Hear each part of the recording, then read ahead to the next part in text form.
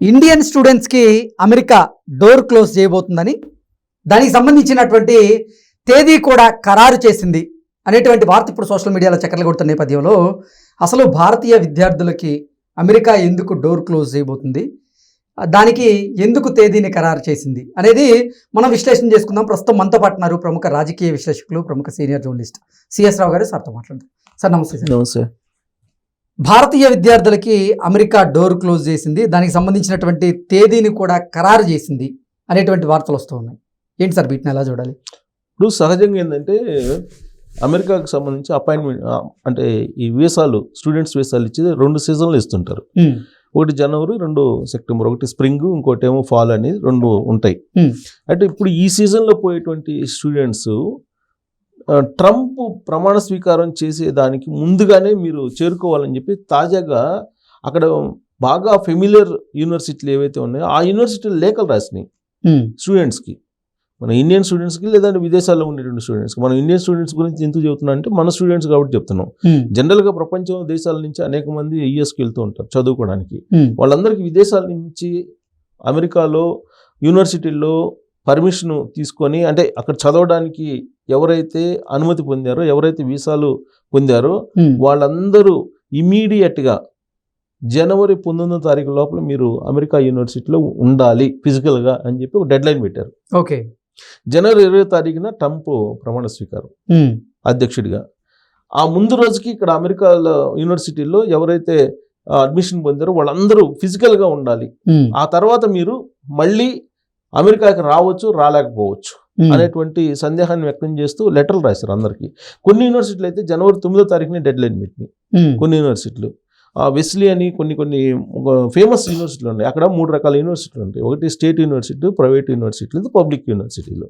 ఈ 3 రకాల యూనివర్సిటీలు ఉంటాయి. సార్ ప్రైవేట్ యూనివర్సిటీలు అయితే అప్పుడప్పుడు కొంచెం మిస్యూజ్ అవుతుంది.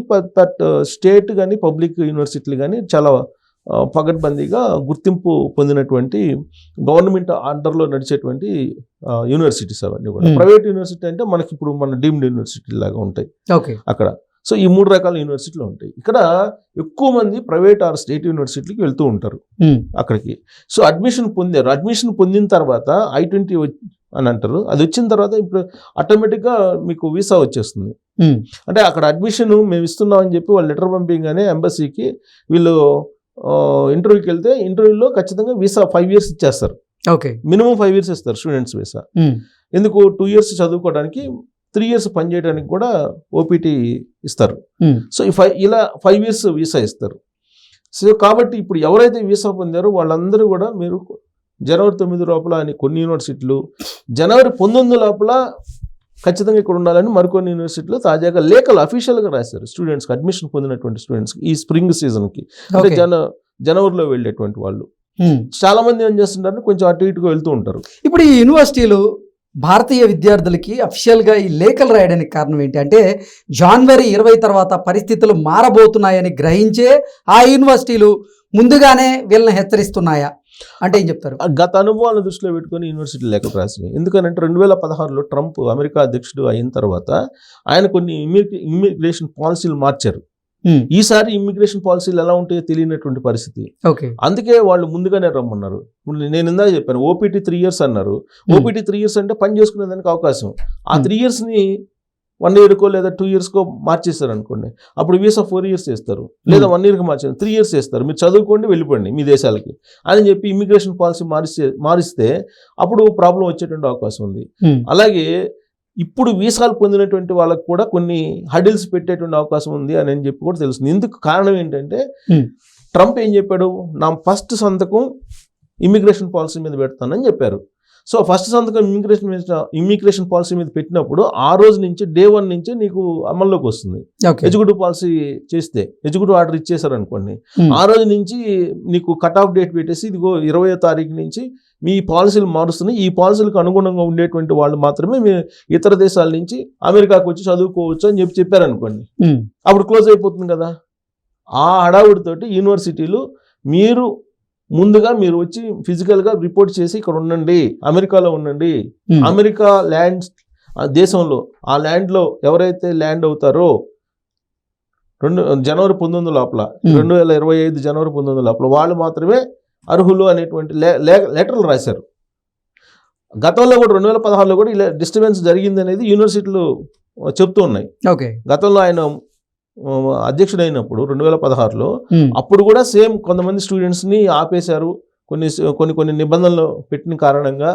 కాబట్టి అలాంటి హడ్డిల్స్ ఫేస్ చేయకుండా మీరు ఉండాలంటే కనుక, సేఫ్ సైడ్గా మీరు అమెరికాకు వచ్చి చదువుకోవాలంటే కనుక ట్రంప్ అధ్యక్షుడిగా ప్రమాణ స్వీకారం చేయడానికి ముందుగానే మీరు అమెరికా వచ్చి ఉండాలి అనేది చాలా క్లియర్గా వాళ్ళు లెటర్లు రాశారు, అఫీషియల్గా లెటర్లు రాశారు. కావాలంటే ఎవరైనా ఎంక్వైరీ చేయొచ్చు. నాకు తెలిసిన వాళ్ళకి 2-3 వచ్చినాయి లెటర్లు కూడా. ఓకే. సో అక్కడ పాలసీలు ఎప్పుడు ఎలా మారుతుంది, పైగా డే 1 ఇమ్మిగ్రేషన్ మీద సంతకం పెడుతున్నా అని చెప్పి తెలుస్తున్నటువంటి క్రమంలో ఆ ఇమ్మిగ్రేషన్ పాలసీలు అన్నీ మారిపోతాయి, ఆటోమేటిక్గా మారిపోతాయి. ప్లస్ హోమ్ల్యాండ్ సెక్యూరిటీ సైన్యాన్ని దింపుతున్నారు అక్కడ. ఆల్రెడీ ఇల్లీగల్గా ఉండేటువంటి వాళ్ళని ఆ దేశం నుంచి పంపించడానికి ఈ ఏర్పాట్లన్నీ కూడా ప్రమాణ స్వీకారానికి ముందే జరుగుతున్నాయి. ఓకే. అంటే అక్రమ వలసదారుల్ని ఆ దేశం నుంచి ట్రంప్ ప్రమాణ స్వీకారం చేసేదానికంటే ముందే అక్కడి నుంచి తరిమికొట్టాలని చూస్తున్నారా? అదే జరుగుతుంది కదా అమెరికాలో. ఇప్పుడు రీసెంట్గా మనం అమెరికా అధ్యక్ష ఎన్నికల ఫలితాలు వచ్చిన తర్వాత జరుగుతున్నటువంటి పరిణామాలు ఏంటి, అక్కడ ఎలన్ మస్క్, రామస్వామి ఇలాంటి వాళ్ళని ఆయన క్యాబినెట్లో సలహాదారులుగా కానీ ఆయన క్యాబినెట్లో తీసుకున్నటువంటి వాళ్ళ నేపథ్యం కానీ తీసుకుంటే కనుక వాళ్ళు ఇమిగ్రేషన్ పాలసీకి వ్యతిరేకం.